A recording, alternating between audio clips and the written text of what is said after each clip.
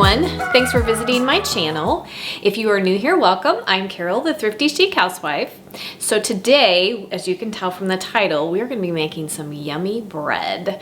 We're going to be making a copycat version of Dave's Killer Good Seed bread. If you're familiar with Dave's Killer bread, it comes in a variety of flavors, but particularly the Good Seed bread. His breads are I'm not sure if he's a real person or not, but the breads made by that company are geared toward being very healthy. So the Good Seed bread is one of my favorites, so I've been on a little bit of a mission to try to make a copycat version of it because seeds are so healthy for you. And so I try to find some ways to sneak them in, more of them into my diet so we can get all of those wonderful health benefits. So we're going to be using a variety of seeds today. We're going to be using chia seeds, sunflower seeds, flaxseed whole, and flaxseed meal. We're also going to be using raw pumpkin seeds and some sesame seeds. Now the seeds you use are up to you. You can you just want to use a variety of seeds. Those are the ones I'm going to be using, but you could use others. I used white sesame seeds, but you could use black sesame seeds. And there's a variety of other seeds. So use whatever seeds or combination of seeds you want for your bread, but those are the ones I'm going to be using today. And then a couple of other different things that we're going to be using for our bread. For this bread, you could use either a combination of all-purpose flour and whole wheat flour. You can use white whole wheat flour. You can use a combination of those, but a flour that I've been using lately and I really enjoy, and you guys know, if you've watched my channel for very long, you know how much I love King Arthur Flour's products. And one of their products is sprouted wheat flour. And I am really enjoying this, and sprouted wheat flour is something that is very healthy for you. And I just wanted to read to you a little bit about the flour if you're not familiar with it. Okay, so what exactly is sprouted wheat flour? Sprouted wheat flour begins with whole wheat berries, the seed from which a new wheat crop can be grown. The berries are misted with water, then briefly allowed to sprout in a controlled environment, just until the sprout cracks the seed's bran layer. These sprouted seeds are dried, then milled into flour. And why do we care? So the benefits of sprouted wheat flour are: it's a healthy, high-fiber flour that gives you all the goodness of whole grains with a milder, lighter taste. And from what I understand from sprouting the wheat berries before they're milled, is it helps to unlock their nutrient value, and you're then able to get more nutrients when you use the flour. So it makes the nutrients more readily available than regular whole wheat flour. So I am really enjoying it. I'm going to be using it in this recipe, but like I said, feel free to use, we're going to be using a combination of all-purpose flour and the sprouted wheat flour. And you can also, like I said, use all whole wheat flour. You could use a combination of all-purpose and whole wheat flour. You can use white whole wheat flour. It's entirely up to you. So you just want a total of 3 cups of flour, however you want to do that. Be my guest and feel free to mix and match as you see fit. I'm going to be using equal parts of the sprouted wheat flour and all-purpose flour. I like the texture that it gives the bread. So you do what works for you, but that's what we're going to do today. And then the other ingredient that I am going to use, and this is not necessary, but it does help with whole grain flours when you're baking bread, is vital wheat gluten. And again, this is a King Arthur product, but you can purchase it from other manufacturers. And the reason you would want to use it in a whole grain loaf of bread is because it gives it a boost. It strengthens the structure, it lightens the texture, and it promotes a good rise. And I did, when I was testing this bread recipe, I did make 1 loaf with it and 1 loaf without it, and my experience was that I did get a much better rise by using it. So I'm going to be using that as well. You can mix this by hand and knead it by hand if you prefer. You can throw everything in a bread maker and use the dough setting on your bread maker if that's what you want to do. But I'm going to be using my good old trusty artisan stand mixer by KitchenAid, and I am going to mix the dough in my mixer, and then I'm also going to knead it in my mixer. This, I know there's a lot of concern with using your mixer for kneading because you can blow out the motor if you're not careful, but this bread is not too heavy, and I didn't have a problem in the past doing it that way. So I'm going to use my mixer for kneading. If you knead with your mixer, you're going to knead it for about 7 minutes. If you're going to knead it by hand, you're going to want to knead it for about 10 minutes. So that's up to you. So I think we should get started. Okay guys, I brought you in close so you can see a little bit better of what we're going to have going on in our bowl. And as you can see, this does take quite a few ingredients, but it's totally worth it and totally worth the effort. It's so good. Okay, so we are going to start by adding 1 1/4 cups of just lukewarm water to our mixer. To that, we are going to add 3 tablespoons of olive oil. You want to use a good oil here. I'm choosing olive. You can use whatever you like, but we're trying to have a healthy loaf of bread here. So the healthier your ingredients, the healthier your bread will be. So we need 3 tablespoons of oil. And then to that, we are going to add 2 tablespoons of honey or molasses. I'm going to use honey. I didn't have any molasses on hand, so I'm just going to use honey. They're equally delicious. It's entirely up to you. Molasses adds a little more depth of flavor than honey, but the honey works well. So that's what I have on hand. That's what I'm going to use. Then we're also going to add 2 tablespoons of brown sugar, lightly packed. Then we need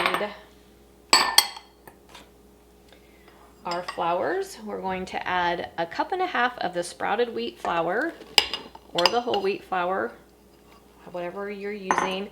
And I'm also using 1.5 cups of regular all-purpose flour. And I'm going to use 1/2 cup of oats. I'm using old-fashioned oats. And then to that, we are going to add 1.5 teaspoons of salt. I'm just going to eyeball it. I forgot to get my teaspoon out.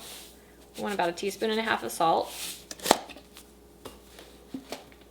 Then we want 3 tablespoons of the vital wheat gluten. We want 1 tablespoon of yeast. And then we're going to add our seeds. And in this bowl, I have a combination of the ground flax seed and also 1/4 cup, I'm sorry if I didn't say that right. We want 1/4 cup of the ground flax seed and 1/4 cup of raw, untoasted, unsalted sunflower seeds. And then in this bowl, I have a combination of all my other seeds, and you're going to use 2 tablespoons each. I have 2 tablespoons of white sesame seeds, 2 tablespoons of chia seeds, 2 tablespoons of raw pumpkin seeds, and 2 tablespoons of whole flaxseed. And we're going to put all that in. Okay, you want to start your mixer on low.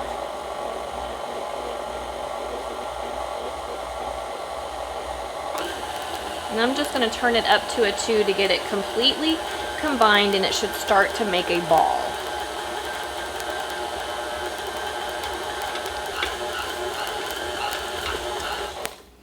Okay, once your dough comes together in a ball, you can see it's kind of made a ball here. That's when we're going to start our kneading time. So I'm going to turn it on low. I just turn it on stir, and I'm going to let my mixer knead it for 7 minutes. If you're kneading it by hand, you want to knead it for 10 minutes. The amount of water that you need to make a loaf of bread can vary depending on the season, how dry or how much humidity is in your kitchen. So if you find that your dough is not wet enough, you can always go ahead and add a little more water to it. I would add a tablespoon or so at a time. Mine seems to be fine, but there are times I found it's not enough water and I have to add a little more. So you kind of have to be flexible that way. And the more you bake, the more you'll get to know that. But like I said, if your dough seems dry, just go ahead and add another tablespoon of water until it seems to be a nice moist texture. You don't want it overly wet either, but you do want your ingredients to be able to be shaped into a ball.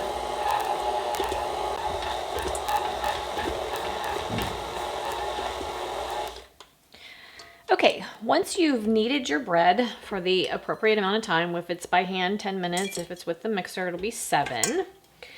You should have a nice, smooth, and elastic feeling dough. So we're ready we're gonna put it in a greased bowl. I just put a little bit of olive oil in the bottom of my bowl, but we wanna cover both sides, so I just stick it in there and just kind of flop it around till it covers both sides. And then we're going to cover it in plastic wrap.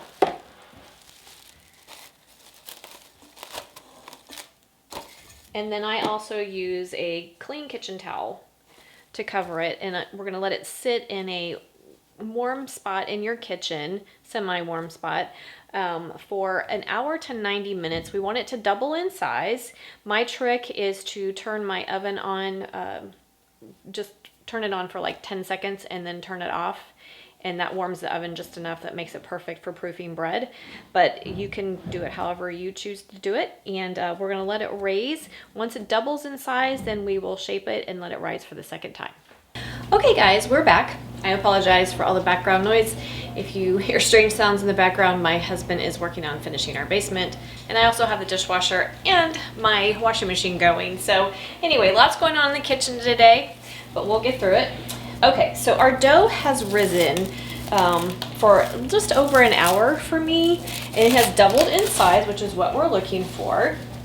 So now what we're gonna do is we're going to shape our loaf, put it in our pan. You wanna make sure you grease your pan. I just sprayed mine with a little bit of nonstick cooking spray, and this makes a pretty large loaf, so you're gonna wanna use a larger bread pan. Mine is a 9x5. I don't think you could use anything smaller because this does make quite a large loaf, especially if you're using the Vital Wheat gluten, because you get such a nice rise out of it. So have a 9x5 pan that I've sprayed with cooking spray. So now we're going to just lightly flour your work surface. And we're going to turn our dough out onto our surface. Punch it down. And then we're just going to shape it. I'm just going to roll it a little bit. And if you roll it, you want to pinch your seams together on the bottom. Kind of tuck your ends under.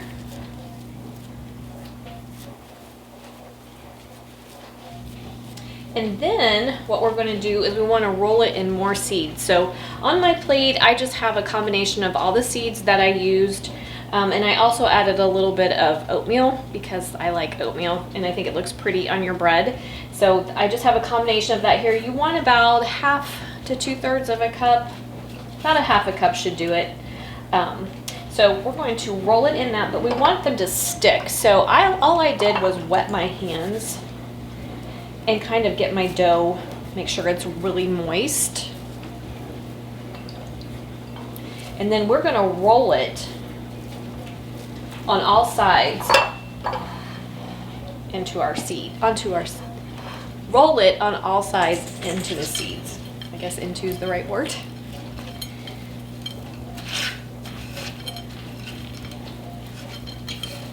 Just kind of get them to stick. Now you can skip this part if you don't want the seeds on the outside, or you can just do the top if you would rather just have the top seedy. But I love the seeds and they're so good for you. So we're gonna get as many in as we can here.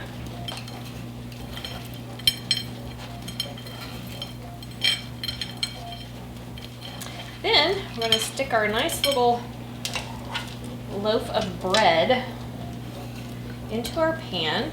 Add a few more seeds on top. And then we're going to use the plastic wrap. You're gonna cover it again and we're gonna do a second rise. So you want it in a draft-free, warm spot again in your kitchen. And we're gonna let it rise for just about 40 minutes or so. You want the top of your bread to crest over your pan by about an inch. So when you get close to there, you're gonna want to turn your oven on to heat it. You wanna preheat your oven to 350 degrees. And then once your bread has risen to about an inch above your pan, you are ready to bake it. And when we get there, I will bring you back. Okay guys, we are back. It's been about 45-ish minutes that my loaf has been rising, but you can tell it has crusted above my pan by about an inch. Give you a look at that. That's about what you're looking for. You want to be careful not to overproof your dough, because when you overproof your bread, when you take it out of the oven and it starts to cool, it will deflate, and we don't want that. So you're better off not to let it proof too long. So you could go as long as an hour, but I would not go beyond that. So I've got my oven preheated 350 degrees, so we're gonna go ahead and pop him in. He should take 25 to 35 minutes to bake. It should be golden brown on top, and it should sound hollow when you tap it. So I'm gonna stick him in the oven, and when he's done, I'll bring you back. Okay guys, we're back. I baked my bread for about 33 minutes. You want to just keep an eye on it. You want it to be nice golden brown on top. And like I said, when you tap it on top, it should sound hollow. So I'm going to let it cool for about 5 minutes, and I'm going to turn it out onto my cooling rack and let it cool till it's almost completely cool, and then we'll slice it and see how beautiful it is. But look how gorgeous that loaf turned out. So pretty, and I'm betting you it's going to taste just as good as what you can get at the grocery store. And when we come back, we'll find out. Okay guys, we are all finished. My bread isn't quite cooled all the way because I'm just trying to wrap up my video, but if you let it cool till it's completely cool, all the seeds that you put around it on top and on the sides will stay on better for you. I did want to show you, this is one of my test loaves, and you can see how well the seeds stayed on top even after being sliced and handled a little bit for storage. So that's good. But so some of the ones that some of my seeds have fallen off today because it's still a little warm and I'm trying to rush the process. But like I said, if you let it cool, your seeds will stay on really nice for you. But so I wanted to give you a close-up. This one has some butter on it. Show you one without anything on it. See how beautiful that is? Nice seeds on top. So let's give it a taste and see if it tastes as good as Dave's.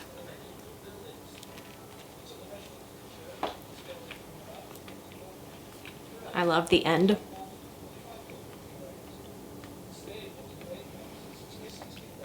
It's really good. Perfect amount of sweetness. Has a nice, mild, whole grain flavor to it. And all those delicious, nutritious seeds on the inside are just so good. But it still has a nice, soft texture. It has a beautiful crumb to it. Not really heavy, not super heavy. I mean, it's heavier than white bread would be, but not as super heavy. It's a beautiful loaf of bread. So I hope you will give it a try. Like I said, change up your seeds however you want to do it. Change up your flours however you want to do it. But I hope you'll give the sprouted wheat flour a try. If you research the sprouted wheat flour, it's really interesting to see that doing the sprouting process allows more nutrients to be released when you are using it in your baking. So that's a great thing, and it's a really nice flour. I really enjoy it. It is kind of pricey. It's a pretty small bag. It is just 2 pounds, and it's almost $5 for just the 2 pounds, but in my mind it's totally worth it to get the extra nutrients and to try something new. King Arthur has some great recipes on their website using the sprouted wheat flour. I've made the sprouted wheat waffles and some of the muffins, and they've turned out great. So it's a great way to add more nutrient dense foods to your diet. So I hope that you will give it a try. It's perfect for sandwiches, perfect for toasting, or just perfect to slather with a little bit of butter and enjoy. all by itself. It freezes really well. Since we don't eat a ton of bread, I like to slice my whole loaf, and then I put about 4 or 5 slices in a freezer bag, and then I just take out 4 or 5 slices at a time, and it'll keep really well for you in your freezer. So give it a try. If you have any questions or comments for me, leave them in the comment section below. Like, subscribe, and share, and I will see you next time. Thanks so much for joining me today, guys.